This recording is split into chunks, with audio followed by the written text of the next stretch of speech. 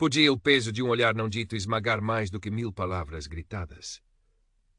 David Neves sentia essa pressão invisível, a da expectativa e a do julgamento, enquanto ajeitava a alça da pasta de couro sintético que carregava.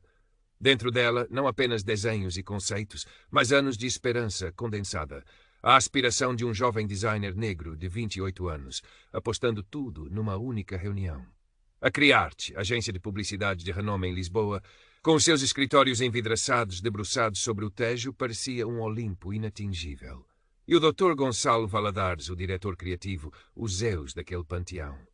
O ar-condicionado do átrio amplo e minimalista da Criarte soprava uma brisa fria, quase clínica, que contrastava com o calor úmido de uma manhã de junho em Lisboa. David engoliu em seco. O seu reflexo, momentaneamente capturado no mármore polido do chão, mostrava um homem de estatura mediana, cabelo afro bem definido, olhos expressivos que agora traíam uma ponta de nervosismo por detrás de uma fachada de calma estudada. Vestia o seu melhor conjunto, calças de sarja escura, uma camisa de linho clara, sapatos que tinham visto melhores dias, mas que tinham sido engraxados até ao limite do possível.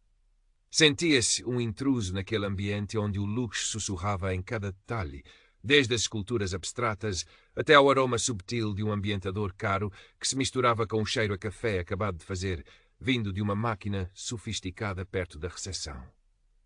Filho de imigrantes cabo-verdianos, crescido no bairro da Jamaica, na margem sul, a sua trajetória fora uma sucessão de pequenos milagres e grandes resiliências. O talento para o desenho manifestara-se cedo, uma forma de escapar, de criar mundos onde a cor da sua pele não definia o seu valor. Trabalhara em tudo, desde armazéns a cafés, para pagar os estudos numa modesta escola de artes, onde o seu brilho era por vezes ofuscado por um preconceito velado, como aquela vez em que um professor, com um sorriso paternalista, classificara o seu projeto mais ambicioso como demasiado étnico para o mercado. A palavra étnico, na boca daquele homem, soara como uma sentença. David Neves, para a reunião das 10 com o Dr. Valadares, anunciou a recepcionista. Uma jovem loira com um sorriso profissional que não alcançava os olhos. Um momento, por favor. A voz dela era melodiosa, mas distante. A espera foi curta, mas cada segundo esticou-se. Folheou uma revista de design internacional que estava sobre uma mesa de vidro, mas as imagens sofisticadas não conseguiam prender a sua atenção. A sua mente estava no portfólio, na forma como iria apresentar cada conceito, cada traço. Tinha de ser perfeito. O Dr. Valadares pode recebê-lo agora. Siga-me, por favor. O gabinete de Gonçalo Valadares era vasto, com uma parede inteiramente em vidro que oferecia uma vista panorâmica do Rio e da Ponte 25 de Abril. Mobiliário de design, peças de arte contemporânea e uma secretária imponente, quase vazia, exceto por um Mac topo de gama e um objeto decorativo que parecia valer mais do que David ganhara no último ano. Gonçalo Valadares ergueu-se, alto, cabelo grisalho impecavelmente penteado, fato cinzento de corte perfeito. O aperto de mão foi firme, mas breve, o sorriso polido. David Neves, sente-se. A voz era educada, cultivada, com aquele sotaque lisboeta das elites que David conhecia bem. David sentou-se na cadeira desconfortavelmente moderna em frente à secretária. Abriu a pasta, as mãos ligeiramente trêmulas. Dr. Valadares, antes de mais, obrigado pela oportunidade. Ora essa, Neves, a Criarte está sempre atenta a novos talentos. O uso do apelido, sem o tratamento formal que ele próprio usara, soou a David como a primeira pequena demarcação de território. A apresentação começou. David falou das suas inspirações, da sua filosofia de design, do seu processo criativo. Mostrou os seus melhores trabalhos, logótipos, identidades visuais, alguns projetos pessoais mais conceptuais. Gonçalo Valadares ouvia, ou parecia ouvir, os dedos tamborilando suavemente sobre a secretária, o olhar por vezes fixo em David, por vezes vagueando pela paisagem lá fora. Quando David terminou, houve um momento de silêncio. Gonçalo inclinou-se para trás na sua cadeira de executivo. Interessante, Neves. Tem uma certa crueza, uma energia, diria. Gosto da forma como explora as texturas. Fez uma pausa. Claro que ainda há arestas a limar. Alguma ingenuidade em certas abordagens, talvez. Mas potencial. Sim, vejo potencial. Cada palavra parecia calculada. Um elogio embrulhado numa crítica subtil. Uma forma de o manter em desequilíbrio. Ingenuidade? David queria perguntar, queria defender o seu trabalho, mas a voz não saía. Aquele gabinete, aquela vista, aquela figura imponente à sua frente, tudo conspirava para o diminuir. Temos um projeto de freelancer que pode ser adequado para si. Algo para testar as águas, digamos assim. Nada muito complexo. Uma pequena identidade para um produto de um cliente secundário. Mostre-nos o que vale com isso. Gonçalo sorriu e pela primeira vez David sentiu um arrepio. Não era um sorriso de encorajamento. Era o sorriso de quem segura todas as cartas. David saiu da Criarte com um contrato de freelancer na pasta e um nó no estômago. A oportunidade estava ali, tangível, mas o sabor era amargo. Nada muito complexo, cliente secundário. Sentiu-se como se tivesse passado por uma avaliação onde os critérios não eram apenas o seu talento, mas algo mais, algo não dito. Nos dias que se seguiram, David mergulhou no projeto. Queria provar que Gonçalo Valadares estava errado sobre a ingenuidade. Trabalhou noites a fio no seu pequeno estúdio na Damaia, um T1 modesto com as paredes cobertas de esboços, livros de arte e o cheiro persistente a tinta e café. O projeto era de facto simples, mas David tratou-o com a mesma dedicação que daria a uma marca global. A primeira reunião de acompanhamento com Gonçalo foi num pequeno auditório da agência, com mais alguns membros da equipa criativa presentes. Entre eles, Isabel Antunes, uma designer sénior na casa dos 30, cabelo escuro curto, olhar inteligente e direto. David já a tinha notado, parecia diferente dos outros, menos preocupada com as aparências. David apresentou as suas propostas. Gonçalo ouviu, desta vez com uma expressão mais impaciente. Esperava algo mais arrojado, Neves. Está muito seguro, previsível, quase.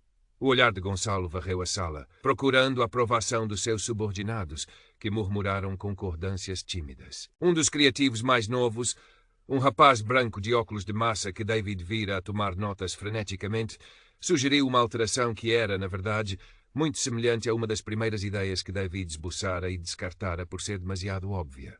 Excelente, Martins. Vê, Neves, é preciso pensar fora da caixa, exclamou Gonçalo, ignorando completamente que a caixa de Martins era suspeitamente parecida com o rascunho inicial de David. David sentiu o sangue a subir-lhe ao rosto. Com todo o respeito, Dr. Valadares, essa abordagem foi uma das que considerei inicialmente, mas pareceu-me menos distintiva para o cliente. Gonçalo interrompeu com um gesto da mão. Distintivo, Neves. É o que funciona. E o que eu digo que funciona. O tom era final. Ao longo das semanas seguintes, o padrão repetiu-se. As ideias de David eram frequentemente ignoradas ou então apropriadas e modificadas por outros, que depois recebiam o crédito. Era-lhe pedido para fazer alterações menores, quase mecânicas, em trabalhos de outros. Sentia-se mais um operador de software do que um designer. Numa festa de verão da empresa, num terraço da moda com vista para o castelo de São Jorge, David sentiu-se invisível. Enquanto Gonçalo circulava, distribuindo sorrisos e anedotas entre os clientes e os funcionários importantes, David ficou num canto, a observar o copo de vinho branco a aquecer na mão. Isabel Antunes passou por ele e, por um momento, os seus olhares cruzaram-se. Ela deu-lhe um pequeno sorriso, quase de cumplicidade, antes de ser arrastada para uma conversa. A gota de água veio com o projeto da Alma Lusitana, uma pequena ONG que trabalhava com comunidades desfavorecidas em Lisboa e que a Criarte tinha aceitado como cliente pro bono. David sentiu uma ligação imediata com a causa. Viu ali a oportunidade de criar algo com significado, algo que fosse além da venda de produtos. Trabalhou dia e noite, pesquisou, falou com membros da comunidade. A sua proposta era arrojada, humana, cheia de cor e esperança, fugindo dos clichês habituais da caridade. Na reunião de apresentação interna, a sala estava cheia. Gonçalo Valadares presidia. David apresentou o seu conceito com uma paixão que não conseguia esconder. Quando terminou, houve um silêncio pesado. Gonçalo suspirou, um suspiro teatral. Neves, admiro o seu entusiasmo. Mas isto é demasiado. Demasiado intenso. Demasiado de bairro, se me entende. Olhou para os outros como quem partilha uma piada interna. Precisamos de algo mais sofisticado, mais limpo, que transmita confiança aos nossos doadores, não angústia. Mas a ideia é precisamente mostrar a realidade e a resiliência destas comunidades, não criar uma imagem higienizada, começou David. A realidade, Neves, cortou Gonçalo, o tom agora gélido, é que nós vendemos esperança, sim, mas uma esperança que seja palatável. O seu trabalho, embora tecnicamente competente em alguns aspectos, não serve os nossos propósitos aqui. Olhou para o relógio. Martins, creio que você tinha umas ideias mais alinhadas, não? Martins, o rapaz dos óculos, corou ligeiramente, mas apresentou rapidamente uns slides com um conceito anódino, corporativo, usando fotografias de arquivo de crianças sorridentes de etnias ambíguas. Perfeito! Exclamou Gonçalo. É isto. Simples, direto, positivo. David sentiu-se esvaziar por dentro. Não era apenas o seu trabalho que estava a ser rejeitado. Era a sua visão, a sua ligação com aquelas comunidades. Era ele. Olhou para os rostos na sala. Alguns evitavam o seu olhar. Outros tinham expressões neutras, impenetráveis. Isabel Antunes tinha os lábios comprimidos, o olhar fixo na mesa. Naquela noite, David não conseguiu desenhar. O seu estúdio, antes um refúgio, parecia agora uma cela. A frustração acumulada, as pequenas humilhações, a sensação constante de estar a ser julgado por um padrão invisível, tudo veio ao de cima. Pensou em desistir da Criarte, em mandar tudo para o inferno. Mas a perspectiva de voltar à estaca zero, de enfrentar novamente a incerteza, era assustadora. E uma parte dele, teimosa, recusava-se a ser vencida tão facilmente. No dia seguinte, Isabel abordou-o junto à máquina de café. David, começou ela, a voz baixa, o que aconteceu ontem na reunião foi péssimo. O teu conceito para a alma lusitana era brilhante. David olhou para ela, surpreendido. Era a primeira vez que alguém na agência validava abertamente o seu trabalho, especialmente depois de uma crítica de Gonçalo. Obrigado, Isabel, mas parece que o Dr. Valadares não concorda. O Gonçalo, ele tem as suas ideias fixas, disse Isabel, escolhendo as palavras com cuidado. E ele não gosta de ser contrariado, especialmente por quem ele considera diferente. Hesitou. Olha, eu sei que isto não é fácil, mas o teu trabalho é bom. Mesmo, não deixes que ele te destrua a confiança. As palavras de Isabel, embora cautelosas, foram como um bálsamo. Saber que não estava sozinho na sua percepção, que alguém via o que estava a acontecer, deu-lhe uma nova força. Mas também a fez pensar. Se Isabel via, outros também veriam. Por que é que ninguém dizia nada? Isabel parecia ler os seus pensamentos. As pessoas têm medo, David. Medo de perder o emprego, de serem as próximas na mira dele. O Gonçalo tem muito poder aqui. Confessou que ela própria já tinha tido alguns atritos com ele no passado, por questões de abordagem criativa, e aprendera a navegar com cuidado. Mas o que ele te está a fazer é diferente. É mais pessoal. Nas semanas que se seguiram, David continuou na Criarte, mas algo mudara dentro dele. A resignação começava a dar lugar a uma raiva fria, a uma determinação silenciosa. Começou a observar mais, a registar mentalmente os padrões de comportamento de Gonçalo, a forma como ele distribuía elogios e críticas, a quem dava oportunidades, a quem cortava as pernas. Isabel, por sua vez, parecia mais atenta, mais inquieta. Um dia encontrou David no corredor, perto do arquivo morto da agência. Tenho andado a ver umas coisas, disse ela, a voz quase um sussurro. Projetos antigos, propostas de outros freelancers. Lembrei-me de um caso, há uns 2 anos.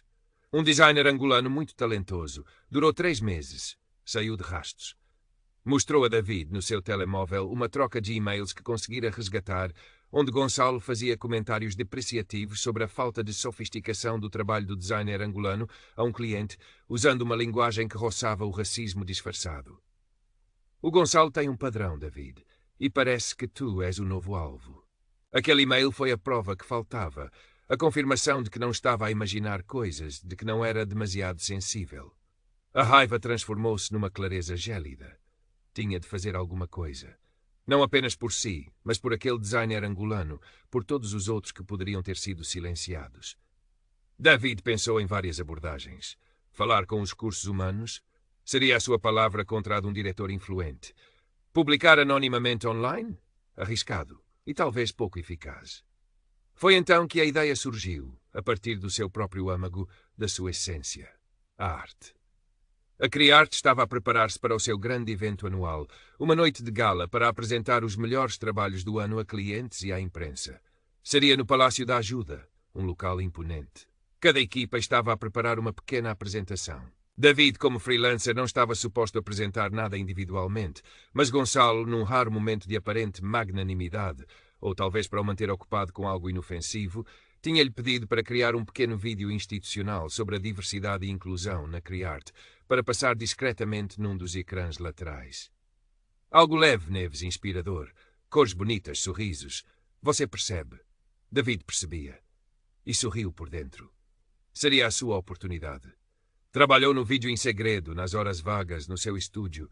Não usou cores bonitas nem sorrisos forçados. Usou a sua raiva, a sua dor, a sua arte.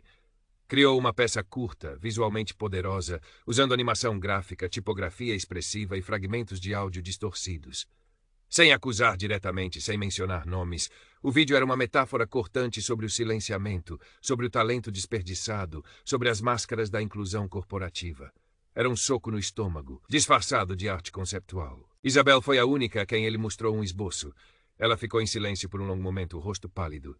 David, isto é uma bomba. É brilhante, mas é incrivelmente arriscado. Eu sei, respondeu David, mas não fazer nada é pior. Na noite da gala, o Palácio da Ajuda resplandecia. Lustres de cristal, empregados de luvas brancas, o murmúrio elegante de conversas e risos. Gonçalo Valadares estava no seu elemento, charmoso, expansivo. David, num fato alugado que lhe parecia apertado, sentia o coração a bater descontroladamente.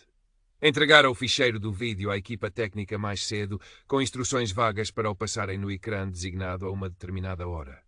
O momento chegou. Os discursos principais tinham terminado. Enquanto as pessoas se misturavam, bebendo champanhe, o vídeo de David começou a ser exibido no grande ecrã lateral, que supostamente deveria estar a passar imagens genéricas da agência. No início ninguém reparou, mas a estranheza das imagens, a música dissonante, começaram a atrair olhares. O vídeo não tinha narração, apenas palavras-chave que surgiam e desapareciam. Voz, silêncio, máscara, sombra, talento desperdiçado. Imagens de silhuetas anónimas a serem progressivamente apagadas, de bocas seladas, de cores vibrantes a serem cobertas por camadas de cinzento. O burburinho na sala começou a diminuir. As pessoas viravam-se para o ecrã, confusas, intrigadas. David viu o rosto de Gonçalo Valadares. Primeiro, uma carranca de irritação, provavelmente a pensar que era um erro técnico.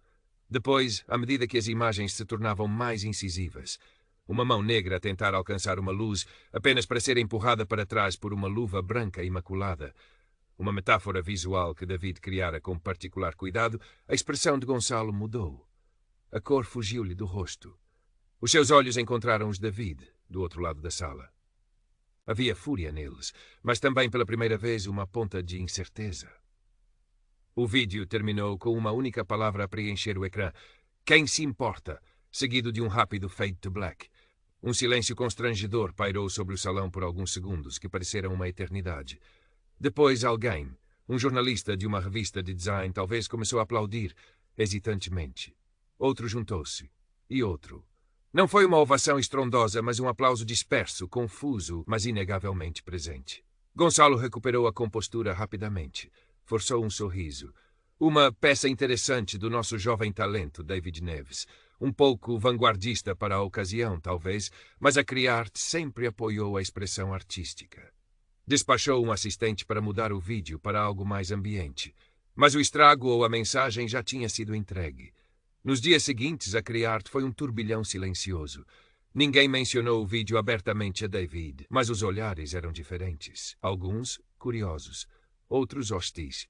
Gonçalo Valadares ignorou-o completamente, o que era quase pior do que as suas microagressões habituais. Isabel disse-lhe que havia reuniões à porta fechada, que o nome dele era sussurrado nos corredores. Acho que abalaste a gaiola, David, disse ela, um misto de admiração e preocupação na voz. O contrato de freelancer de David não foi renovado. Não houve explicações formais, apenas um e-mail lacônico do departamento de RH. Não foi uma surpresa. Isabel, algumas semanas depois, também anunciou a sua saída da Criarte. Não consigo mais, confessou a David num café perto do Chiado. Aquilo que fizeste abriu-me os olhos para muita coisa, para o meu próprio silêncio. Decidi que preciso de trabalhar num sítio onde possa respirar, onde os valores não sejam apenas palavras numa parede. Ela ia começar um pequeno estúdio com outro designer. Se alguma vez precisares de um freela ou de um café, disse ela sorrindo. Para David, a saída da Criarte foi, paradoxalmente, uma libertação. Sim, a instabilidade financeira era assustadora, mas a sensação de ter recuperado a sua voz, de ter defendido a sua arte e a sua dignidade, era imensurável. O vídeo, embora não tivesse provocado a queda de Gonçalo Valadares, homens como ele raramente caíam de forma tão espetacular, tinha plantado uma semente. Alguns dos clientes e jornalistas presentes na gala fizeram perguntas. A reputação de inclusão, Da Criarte sofreu um abalo, mesmo que subtil. David voltou ao seu pequeno estúdio na Damaia. As paredes, antes testemunhas da sua frustração, agora viam uma nova energia. Começou a trabalhar nos seus próprios projetos, com uma ferocidade e uma honestidade renovadas. A sua arte tornou-se o seu manifesto. Criou uma série de ilustrações baseada na sua experiência, explorando temas de identidade, preconceito e resiliência no contexto urbano de Lisboa. Um dia, recebeu um e-mail de uma pequena galeria de arte independente em Alfama. Tinham visto o seu trabalho online, ele começara a partilhar mais ativamente as suas criações e estavam interessados em expor a sua nova série. A noite da inauguração foi modesta, muito diferente do brilho ostensivo da Gala da Criarte. Amigos, artistas locais, alguns curiosos. Isabel estava lá, radiante. Enquanto David olhava para as suas obras expostas na parede, cada traço, cada cor, imbuído da sua jornada, sentiu uma paz que não experimentava há muito tempo. Não havia champanhe caro nem discursos vazios. Havia apenas a arte, a verdade e a ligação genuína com as pessoas que a apreciavam. Um jovem estudante de arte negro aproximou-se dele, os olhos a brilhar. "O teu trabalho é incrível. Fala tanto comigo." David sorriu, um sorriso genuíno que vinha do fundo da alma. Talvez Gonçalo Valadares continuasse no seu Olimpo de vidro. Talvez o mundo não tivesse mudado da noite para o dia. Mas ele, David Neves, mudara. Encontrara a sua voz, a sua força. E isso, percebeu ele enquanto o calor da pequena galeria o envolvia, era uma vitória que ninguém lhe podia tirar. A sua luta não tinha sido em vão. As cicatrizes estavam lá, mas eram elas que agora davam profundidade e urgência à sua arte, ao seu novo horizonte. O peso do olhar não dito já não o esmagava. Transformara-se na leveza da sua própria inabalável verdade.